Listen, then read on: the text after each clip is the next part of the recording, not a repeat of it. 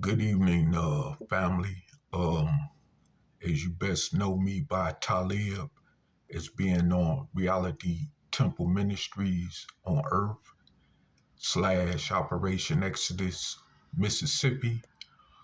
Um, I would like to quickly present something to those in the YouTube audience tonight and those who will be watching this video once it's posted on my channel called Eric Bell. But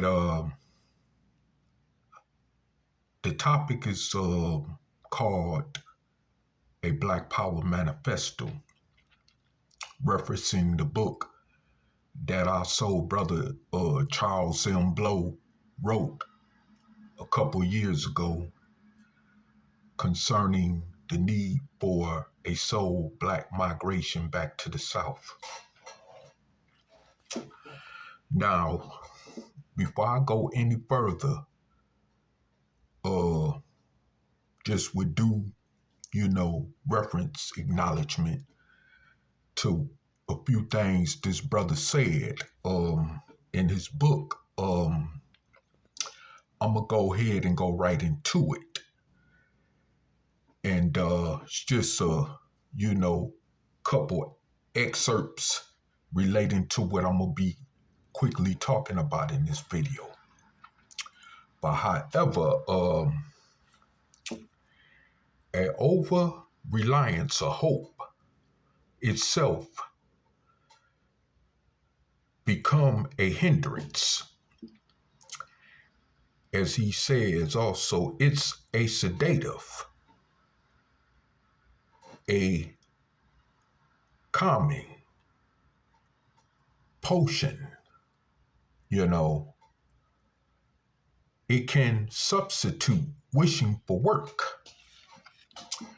which is where most of us as soul people find ourselves, depending on these politicians, these so-called civil rights leaders, to do the work for us instead of us getting out there doing the work ourselves. Because as we see, with us waiting on them, simply ain't gonna get nothing done. And then in another excerpt, the brother goes on to say, remembering, drawing strength from struggle, celebrating victory, preparing for the next wave of war.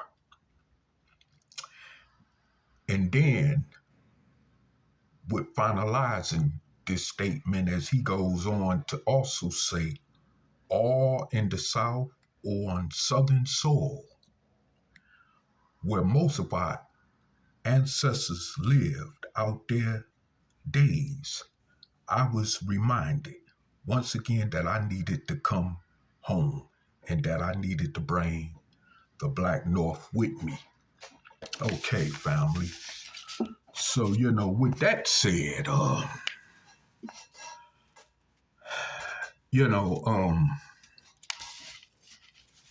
as I look around in this country, in relation to, referencing these things from what the brother said in that book, and also in my own direct words as well, first of all, I'm going to say something he similarly said, but I'm going to say it in my own words. To those of you soul blacks who are living in northern cities on the West Coast, or in the Midwest, I say to you, if you are economically or financially doing well, as individuals, as they say, and my own analysis, I would say, then that's where you're to stay.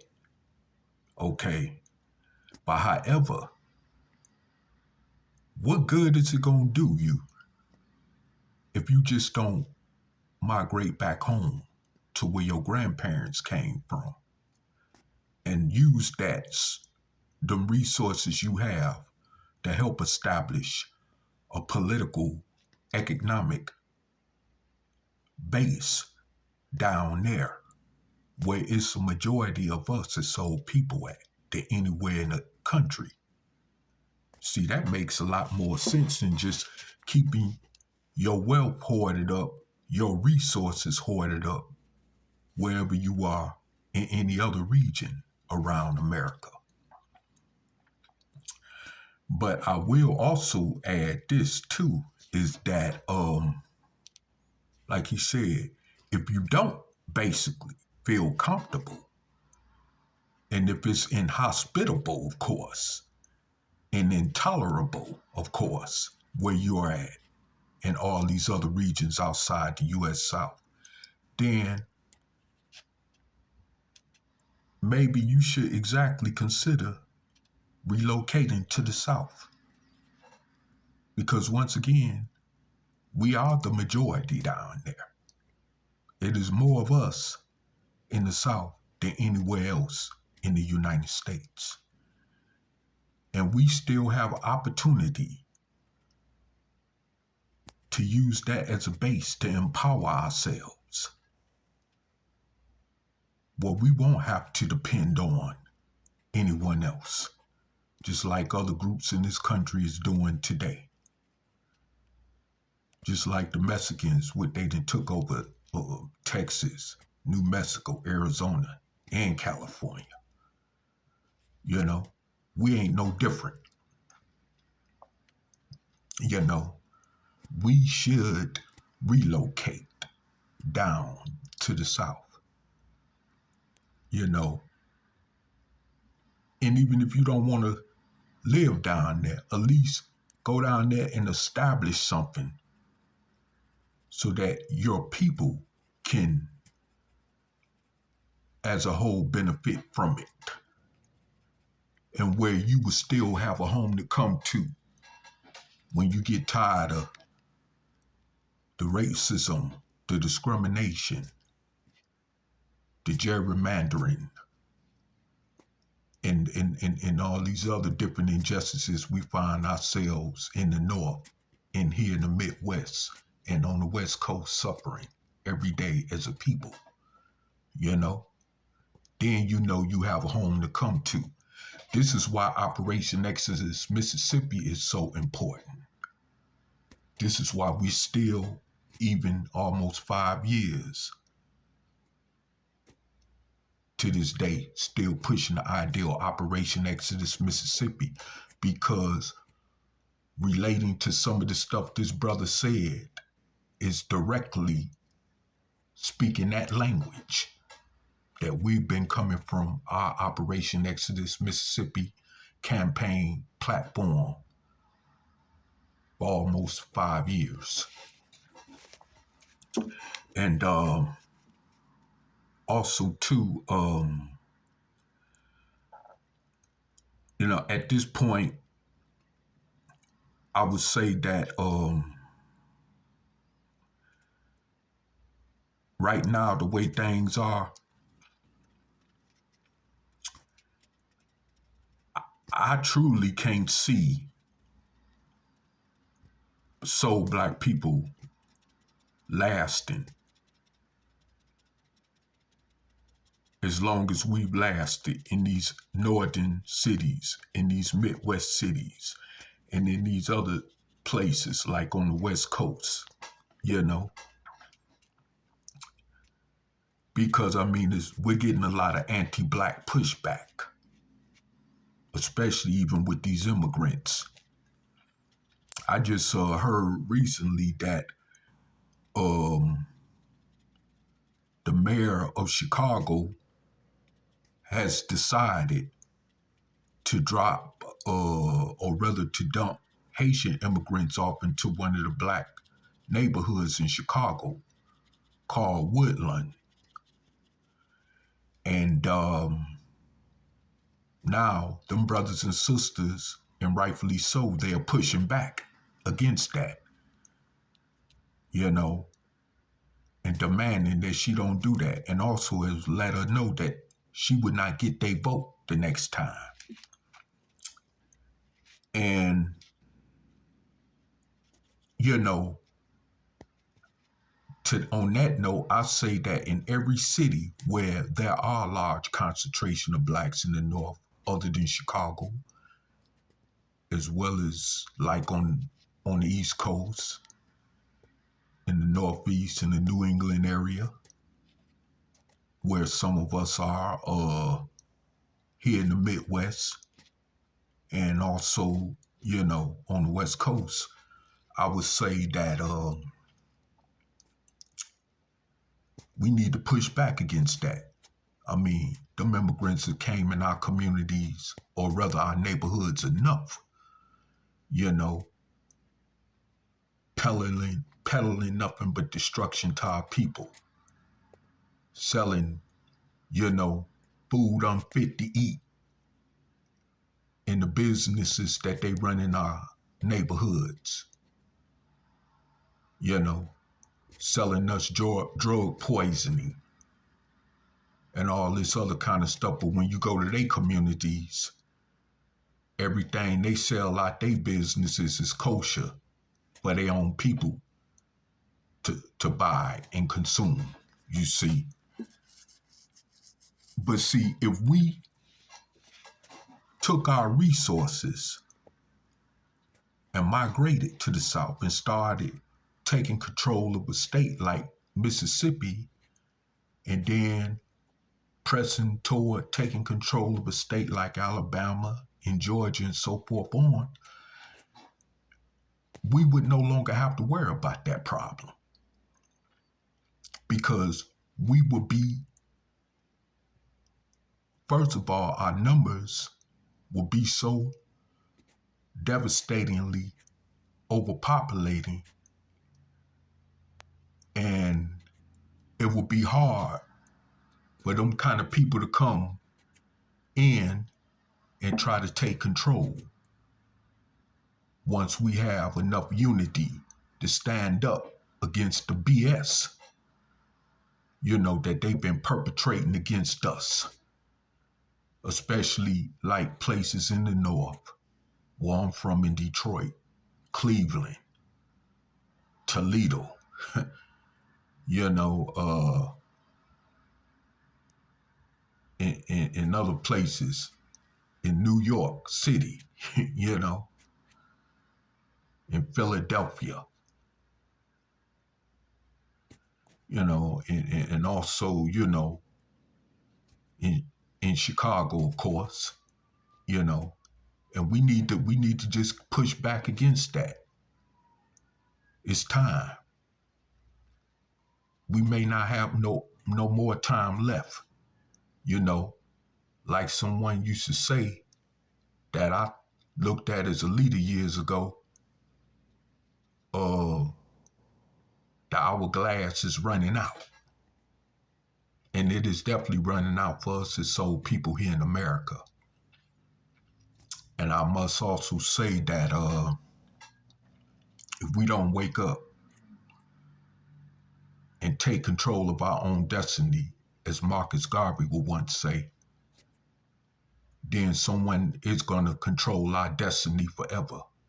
And in fact, we will become not only indefinite underclass so-called citizens of this land, but we will also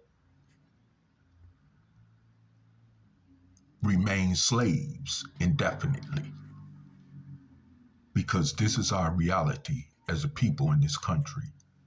I don't care what we're doing as individuals. When it comes to us as a whole, we all are looked upon as the same and treated the same at the end of the day, you know. And so, like I said,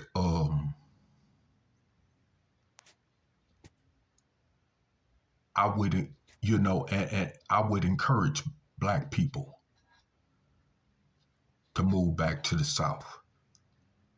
Something that I am considering on doing myself. I mean, because it's nothing in these places, you know.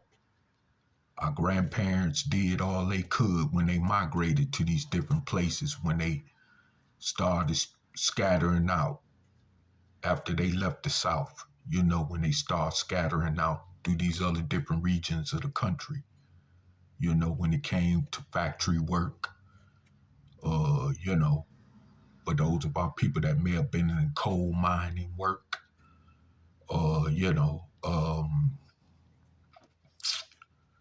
working the railroads, like back in the 20s and stuff like that, you know, in the 1920s, which is like 100 some years ago, 100 years ago. But other than that,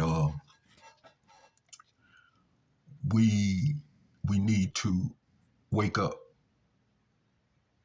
and realize that the South is our home. We're just in places that we call home away from home, but the South is our home. And I mean, you know, we just got to return back,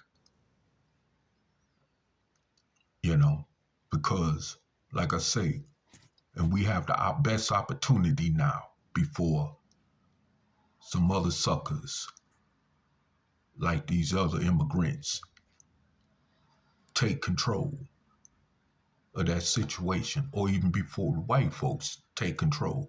Because, you know, since the Civil War, white folks haven't really invested in the South like they've invested in the North, like they've invested out on the West Coast, you know, or like they've invested on the East Coast. And see, we need to pay more close attention to that. That's why I say we need to go. We need to get up out these northern cities and these Midwest cities and these West Coast cities and these East Coast cities and get back home. Because we are no longer really welcome in these places. You could see the hostility in the way that the environment is living in these places. You know, not only do we have the Caucasian against us, which was basically the only thing that our ancestors had to worry about, but now we got the immigrants at our throats, discriminating, calling us a nigger word, you know, and all type of stuff. And why they give these Asians the benefit of having a crime law, a hate crime law protecting them. And we've been here in this country over 400 years, and we haven't had no legislation passed that would protect us from hate crimes. We got to just take our own destiny. It's just at that point. And like someone named John Henry Clark once said, we have no friends. We all we got. And that's just the reality of it. And in relation of this Black Power Manifesto topic, you know, we have no allegiance coming from anywhere. This is why we need to start establishing more allegiance with us amongst ourselves. Stop hating on each other.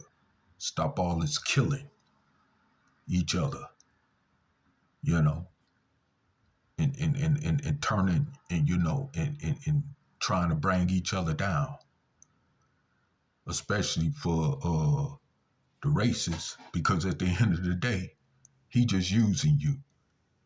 He don't give a damn about you no more than he give a damn about the next brother or sister that you help bring down, whether it's systematically or in any other type of capacity. you know. So, I mean, we need to wake up and understand this, because it may in fact be too late for us as a group of people of 40 plus million in America, which they say we supposed to be 13%, I don't know, of the population here, but it's over 40 some million of us here, and we should be able to do something than just keep waiting on these politicians in Washington and throughout the rest of the country to do something. We seen with the case with Joe Biden after he got elected. He promised us he would help get the George Floyd Act passed. He would get another Voting Rights Act passed. But yet he's been doing nothing but, helping out other groups of people, Hispanics, Asians, like when they passed that hate crime law on their behalf to protect them. The so-called Negro in America wasn't even, thought of in that equation. So, I mean, what are we waiting on? We got to take our own fight into our hands, and it's just that simple. And I can't say, no more than that, really, and I don't even know if I got even that much time left on this video, technically wise. But I just, like I said, we need to wake up and just smell the coffee and stop playing. Stop playing these games with ourselves. I mean, it's just too much happening with us. And that's coming at us hard from all four fronts. And the longer we keep waiting and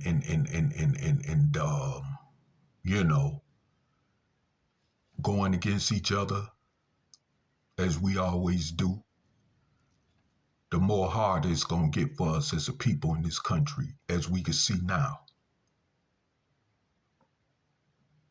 It's to the point that we're near zero tolerance. Other people nearly have zero tolerance for us, in the way that we disrespect each other and ourselves.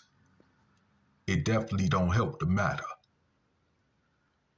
It definitely don't help to make matters better, So like I said, we need to just wake up and come to the full reality of where we at and stop,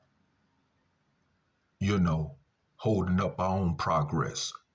And what I mean by that is following these leaders that don't have our best interests, especially in religion as well as politics,